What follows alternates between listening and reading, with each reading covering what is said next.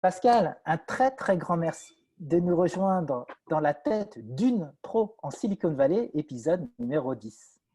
Merci à toi pour l'opportunité. Merci Pascal. Alors, tu es la première à participer à cette émission dans le sens où tu es une VC. Et beaucoup de gens dans notre communauté aujourd'hui se posent des questions sur à quoi sert un VC et surtout en cette période plus ou moins active, comment un VC peut m'aider. Donc, si tu peux avoir la gentillesse de te présenter. Ouais. Donc, je m'appelle Pascal Vienne. Je suis principale pour un fonds d'investissement de Menlo Park qui s'appelle Storm Ventures, qui investit exclusivement dans les boîtes du B2B, Enterprise Software, et beaucoup d'investissements dans le SaaS et principalement au niveau de la série A. Très bien. Seed? Seed un petit peu, late seed. Parfait. Alors, Pascal, tu peux nous donner un petit peu ton parcours. Comment est-ce qu'on devient Principal VC? Moi, j'ai eu la chance d'arriver ici grâce à un projet de fin d'études. J'étais en école d'ingénieur en France et j'ai fait mes 6 mois de fin de diplôme à l'époque dans ce qui s'appelait France Télécom R&D, donc à South San Francisco. Et c'est devenu par la suite Orange Labs et puis Orange Silicon Valley. Et donc j'ai commencé, j'étais stagiaire, puis j'ai été embauchée et je suis passée par tout un tas de positions, que ce soit analyste, project manager, j'ai fait de la standardisation et après je suis même passée à un titre qu'on appelle évangéliste. Donc au cours de ma carrière, ce qui m'a beaucoup aidé au-delà de mon background en tant qu'ingénieur en informatique, ça a été mon networking. J'ai passé énormément de temps à rencontrer des gens. Comme tu le sais, dans la Silicon Valley, avant Covid-19, il y avait 3 ou 4 événements de networking par jour, par soir. Donc, à l'époque, je passais énormément de temps dans tous ces événements à rencontrer un maximum de gens qui, plus tard, m'a aidé en fait à arriver aujourd'hui à la position de VC. Mais principalement, ce qui m'a amené là, ça a été en 2012, une réflexion sur ce qui pouvait être fait dans la Silicon Valley pour aider le groupe Orange. Et donc, j'avais la chance de travailler de façon très proche avec Georges Naon, qui a été à la tête d'Orange sur la côte ouest de nombreuses années, et avec qui on faisait beaucoup de brainstorm sur qu'est-ce qui pouvait être fait qu'est-ce qui pouvait être fait depuis la Silicon Valley pour aider le groupe Orange, qui ne pouvait pas être fait depuis Paris ou depuis la footprint d'Orange de par le monde. Et on avait toujours l'idée de ce lab à San Francisco, c'est un peu d'essayer de nouvelles choses et voir ce qui marche pas, mais on avait un peu pas mal d'opportunités, d'expériences finalement qui étaient vraiment une chance. Et on a décidé en fait de réfléchir à l'idée d'accélération. On avait, moi qui étais très, très au fait des choses de la Silicon Valley, j'avais pas mal de contacts à Y Combinator, un startup qui était un peu les incubateurs à l'époque les plus prestigieux. Et on a essayé de réfléchir à ce que ça pouvait donner de créer un accélérateur ou un incubateur pour une corporation comme Orange. Et à l'époque, il n'y en avait pas tant que ça. Il y en avait une qu'on avait identifiée qui s'appelait MediaCamp, qui était l'accélérateur de Turner, la boîte de médias. Et il n'y en avait pas tant d'autres que ça. Aujourd'hui, il y en a partout, il y en a beaucoup. Mais à l'époque, c'était quand même assez unique. Et on a réfléchi à un modèle qu'on a mis en place, qu'on a appelé Orange Fab. Et en fait, mon réseau, à ce moment-là, a été très important, puisque quand on lance un accélérateur, il faut du deal flow, il faut accès à des startups, il faut accès à des mentors, donc il faut des experts, il faut des VC, il faut des corporate exec qui vont aider dans l'exit des startups, puis il faut de la presse, il faut avoir des contacts avec des journalistes et des blogueurs. Et donc, mon réseau, j'avais la chance d'avoir un réseau qui couvrait un peu tout ça, donc on a pu lancer en interne. On n'a pas fait appel à du Techstar ou à des consultants, on a vraiment lancé en interne. Et le premier batch de start-up a été phénoménal. On avait 6 startups, dont une boîte qui s'appelle Talkdesk, qui est aujourd'hui une boîte unicorn. Donc, on a eu la chance d'avoir Stéphane Richard, notre premier démodé, qui a vraiment beaucoup aimé le concept et qui a décidé de faire d'Orange Fab finalement une initiative globale et de le lancer un peu partout ailleurs sur le footprint d'Orange pour que chaque accélérateur puisse tirer avantage de l'écosystème, que ce soit en Afrique, que ce soit au Japon, à Paris. Et ça a un peu été l'illustration de l'open innovation pour un groupe comme Orange. Donc ça j'ai passé 3 ans à gérer cet accélérateur et c'est ce qui m'a un peu mis le pied à l'étrier dans le monde de l'investissement. Après, je parlais de Talkdesk sur la première saison. Talkdesk, juste après Orange Fab, a levé sa late seed Series A avec Storm Ventures. Une autre boîte qui s'appelle Rally Team a aussi est passée chez Orange Fab et a levé par la suite sa Series A avec Storm Ventures. Donc, ça a lancé des discussions avec Storm et les partenaires de Storm avec qui j'avais de très bonnes relations. Et ce qui a déclenché une discussion 3 ans après pour éventuellement que je rejoigne le fonds. Et ce que j'ai fait en 2017. Donc, ça fait 3 ans que je suis avec Storm Ventures et le pari était pour eux que j'avais accès au deal flow, j'avais le culture fit et pour eux, l'idée, c'était de me former sur le reste et donc passer de l'écriture de chèques de 20 000 à des chèques de 1 à 5 millions. C'est qu'aujourd'hui, je suis principale et ils ont vraiment tenu leur promesse à Storm, ils m'ont vraiment coachée.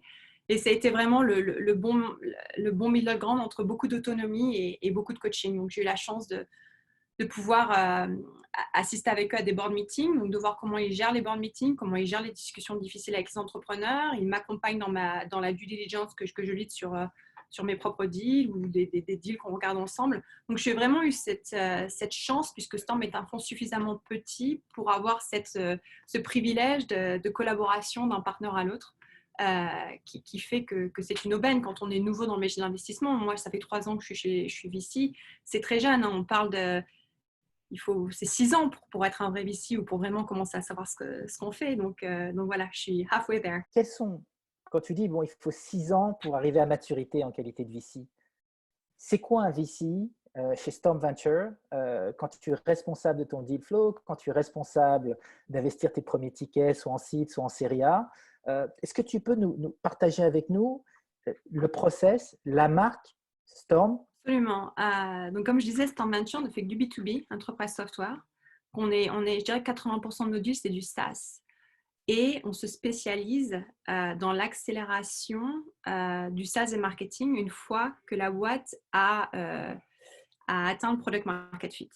Alors, product market fit, ça veut dire beaucoup de choses pour beaucoup de boîtes. Ça dépend à qui on parle, à quelle vision on parle. Mais nous, dans le monde du B2B, on définit le product market fit comme un certain nombre de paying customers, donc des clients qui paient, qui sont contents avec le service et qui approchent, on utilise le proxy de 1 million en revenus récurrents pour nous donner la conviction que la boîte est à product market fit. Mais ce qu'on essaye vraiment de comprendre et de voir, c'est qu'il y a un processus de vente répétable.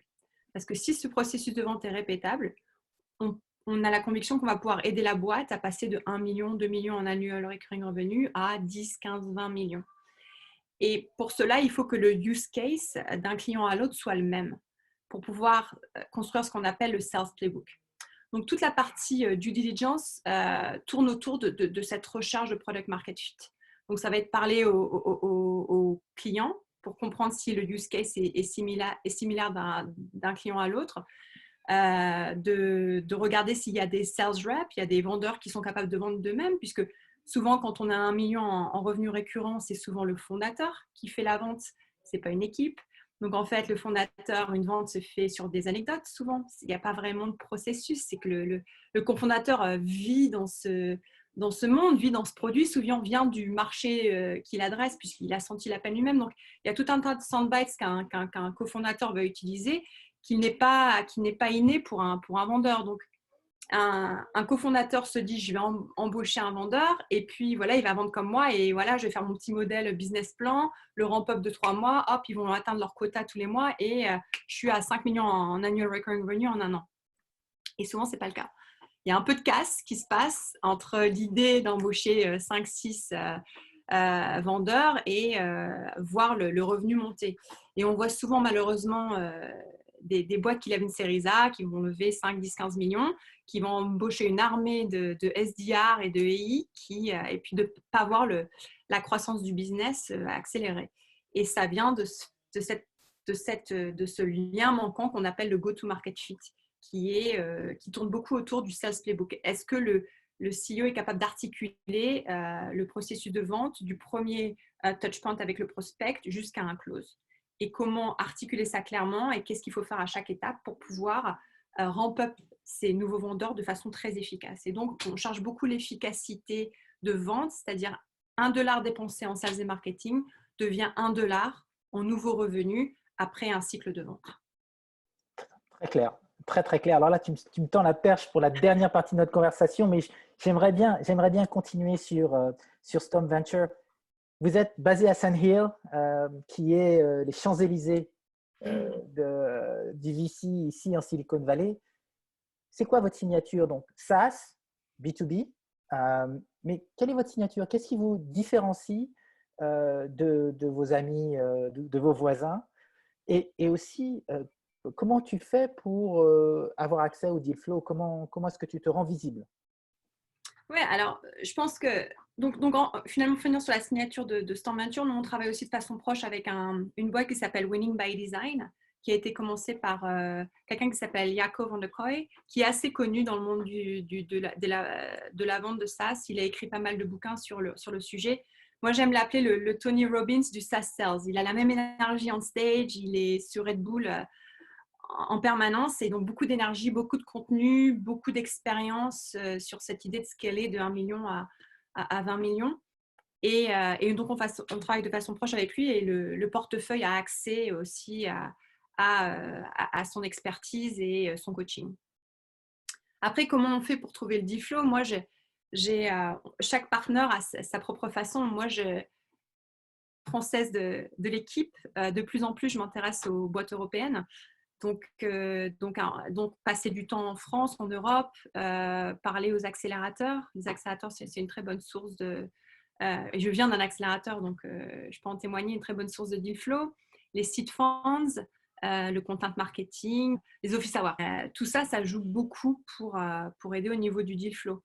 Donc, nous, on a la chance aussi de bénéficier du deal flow que les founding partners de Storm, qui vient à eux de façon assez organique, étant donné leur renommée. Storm Venture a fait des investissements dans Marketo pour les grosses boîtes. On a fait Mobile Iron. Pour les boîtes européennes, on a investi dans Talkdesk. On a investi dans Algolia pour la partie française. Pipedrive en Estonie et Digital Shadow à Londres. Et donc, on est assez friands de ces boîtes qui ont leur R&D dans la maison mère et toute la partie sales et marketing aux États-Unis, puisque finalement, cet arbitrage où les talents coûtent moins cher en Europe et toute la partie sales et marketing se fait sur un grand marché qui est les États-Unis, où le SaaS est beaucoup mieux compris et souvent beaucoup plus accepté dans toute la partie contrat annual upfront. Donc, il y a souvent une accélération des boîtes européennes qui viennent aux États-Unis, qui s'aperçoivent que finalement, la vente est parfois plus facile qu'en Europe. Pourquoi prendre l'argent de Storm Venture plutôt que de prendre l'argent de tes voisins? Qu'est-ce qui fait qu'est-ce qui vous rend plus efficace par rapport aux signatures prestigieuses que vous avez déjà effectuées? Je pense qu'il y a beaucoup de choses à prendre en compte quand on choisit son VC. De un, la taille du fonds, la spécialité du fonds, et puis aussi toute une partie personnelle. On parle souvent d'une relation entre un VC et une start-up comme une relation de mariage finalement, puisque c'est des relations qui peuvent durer de 2, 3 à 5, 6, 7, 8, 10, 15 ans jusqu'à ce que la boîte voit une exit. Donc, c'est un choix à faire assez important. Il faut que ça colle. Puis il faut que la boîte soit capable que le fonds soit capable d'aider. Donc, ce que je vois souvent, c'est des startups qui se ruent vers un Sequoia. Et encore une fois, si j'étais entrepreneur, je pense que mon but, ce serait d'aller vers des fonds aussi prestigieux et renommés avec very deep pocket, comme on dit, hein, des fonds de plus de 1 ou 2 ou 3 milliards.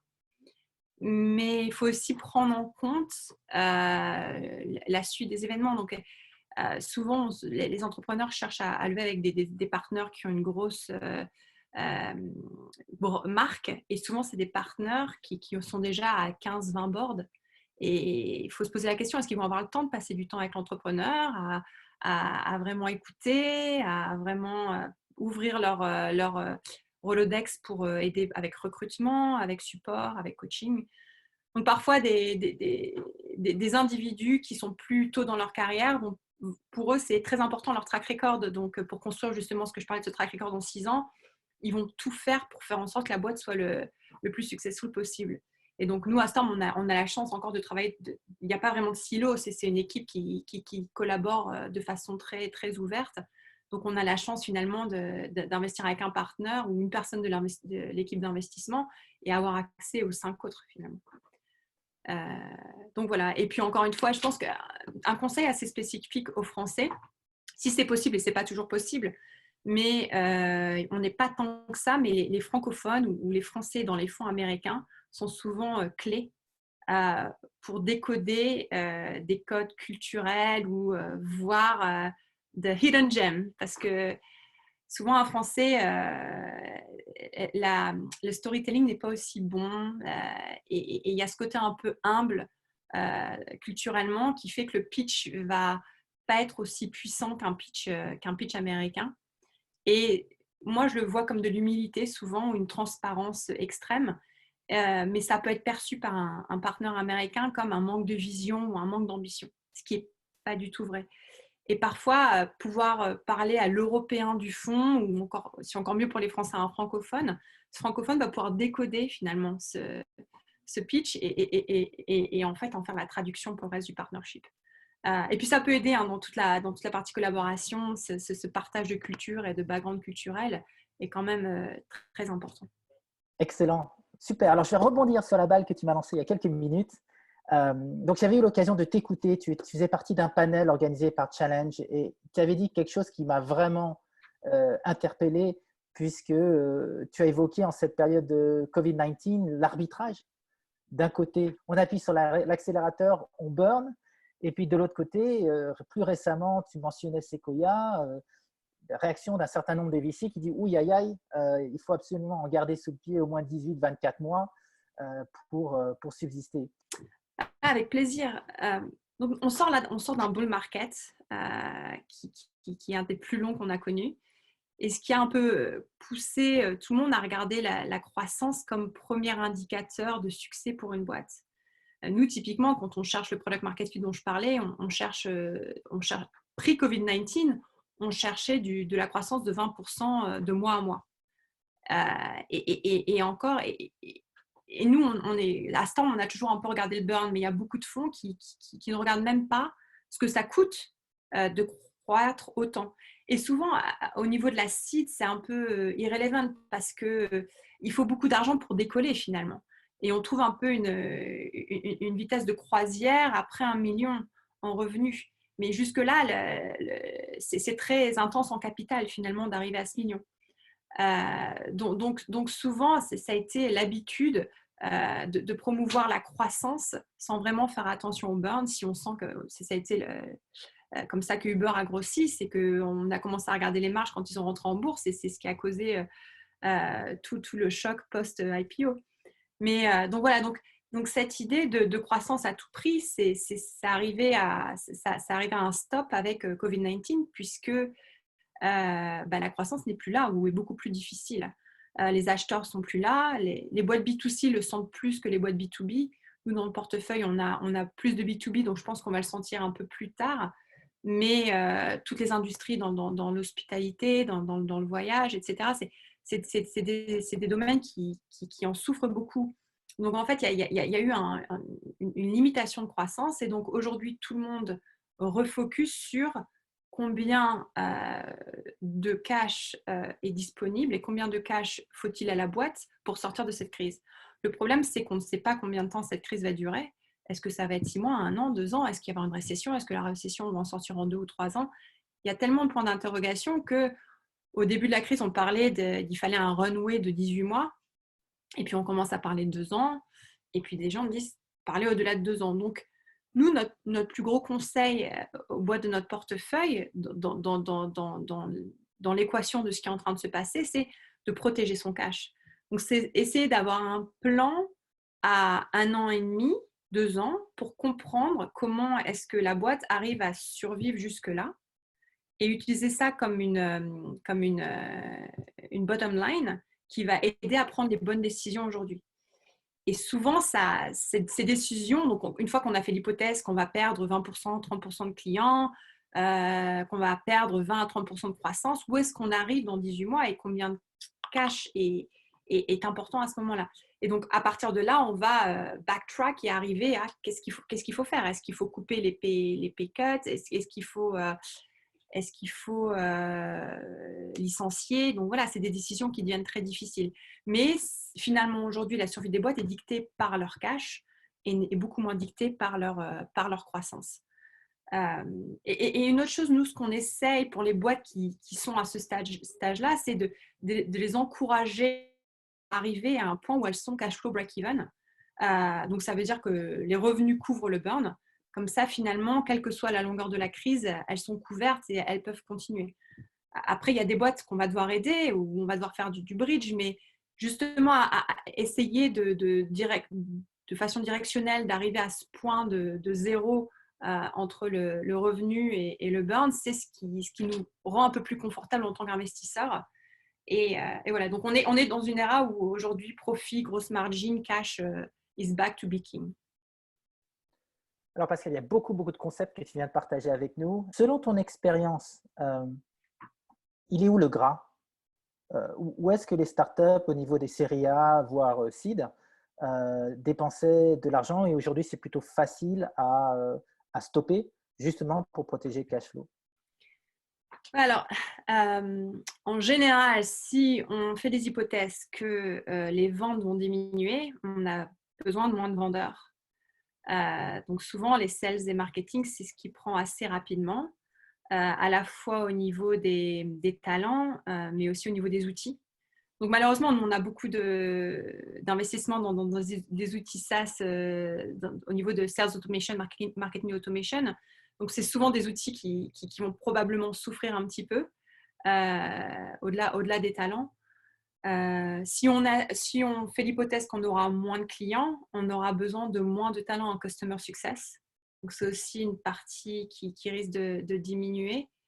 Après, au niveau du produit et des ingénieurs, c'est un peu plus compliqué, mais si on n'a pas le choix, c'est aussi là que la coupe va se faire. Après, je pense que je vois plein de boîtes ne pas renouveler leur bail, puisque travailler de la maison devient la norme. Donc, c'est aussi là où on peut gagner un peu d'argent. Et puis, on voit aussi beaucoup de boîtes faire un peu plus de services professionnels, donc un peu plus de consulting au-delà du revenu récurrent, qui est souvent revenu récurrent, c'est ce qui paie le plus au VC. Mais à crise extrême, mesure extrême, on encourage aussi nos startups à faire un peu de consulting pour augmenter cette runway et limiter le nombre de layoffs. Alors côté startup, ce discours est entendu comment et comment est-ce qu'il s'adapte justement à ces nouvelles directives entre guillemets? Bah, la raison qu'un entrepreneur est entrepreneur, c'est parce qu'il est très optimiste. Et donc,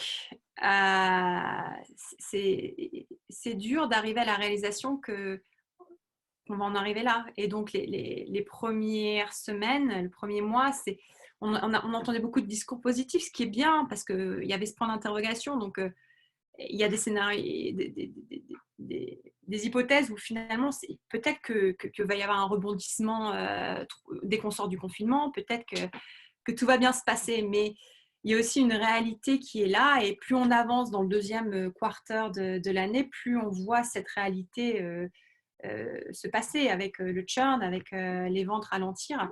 Donc, à premier abord, cette idée de potentiellement ralentir, couper les effectifs, etc., a été reçue avec beaucoup de scepticisme. Et puis finalement, on y arrive tout doucement. Mais je pense que c'est dans la nature des choses. C'est qu'un entrepreneur, il est où il est aujourd'hui parce qu'il voit les choses toujours d'un point de vue positif.